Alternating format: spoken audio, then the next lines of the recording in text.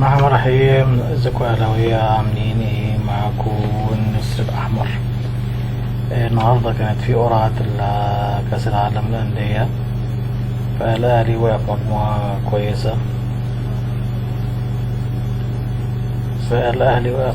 كويسة.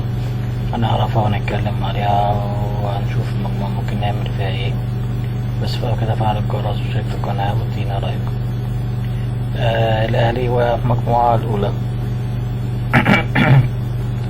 بالمصري البرازيلي. احنا لعبنا قبل كده مرتين، كسبنا مرة وكسبنا مرة.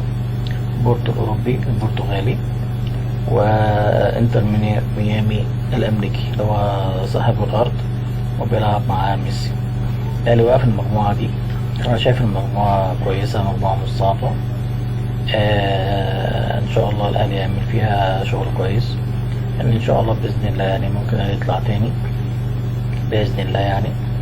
بس المهم بقى الكولر يظبط نفسه والإدارة تظبط نفسها، نجيب لنا لعيبة بقى، نجيب لنا مهاجمين ونجيب لنا دفاع كويس، ونجيب لنا باك شمال وباك يمين، يعني يظبطونا الدنيا شوية. يبقى معانا لعيبة كتيرة، معانا لعيبة عندها خبرة كويسة. إن الموضوع مش سهل يا جماعة. كأس العالم للأندية موضوع صعب جدا جدا جدا، فرقة قوية جدا جدا. احنا الحمد لله وقعنا في مجموعة كويسة يعني.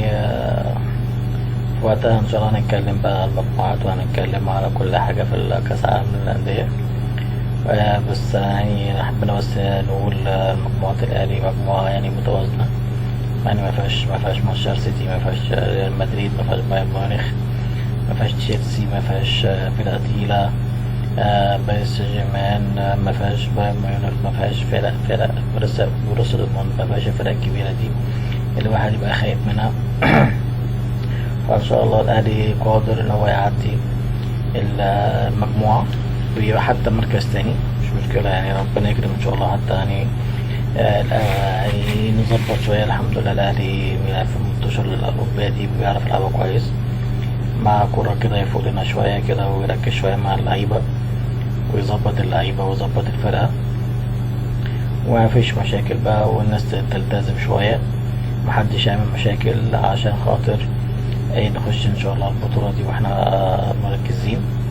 ومحتاجين يعني محتاجين حارس تالت يكون قوي مع شوبير والشناوي، ان برضه حمزة علاء ممكن برضه يعني ما يسد شوية، فلازم الناس تفكر في حاجة زي كده.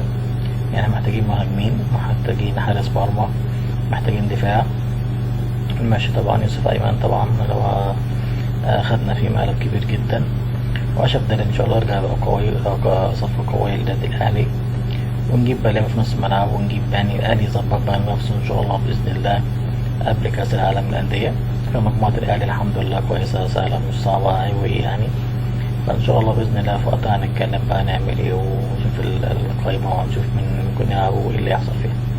حبينا بس نقول لكم قائمة النادي الأهلي في كأس العالم للأندية: بريماس البرازيلي، بورتو البرتغالي، انتر ميامي الأمريكي، والأهلي المصري. فدي مجموعة الأهلي. فربنا إن شاء الله يكرم في اللي جاي، ونصفق في الماتش بتاع المساء ده ونعدي منه على خير. فعلى الجرس يكون في قناة ودينا رأيك. السلام عليكم.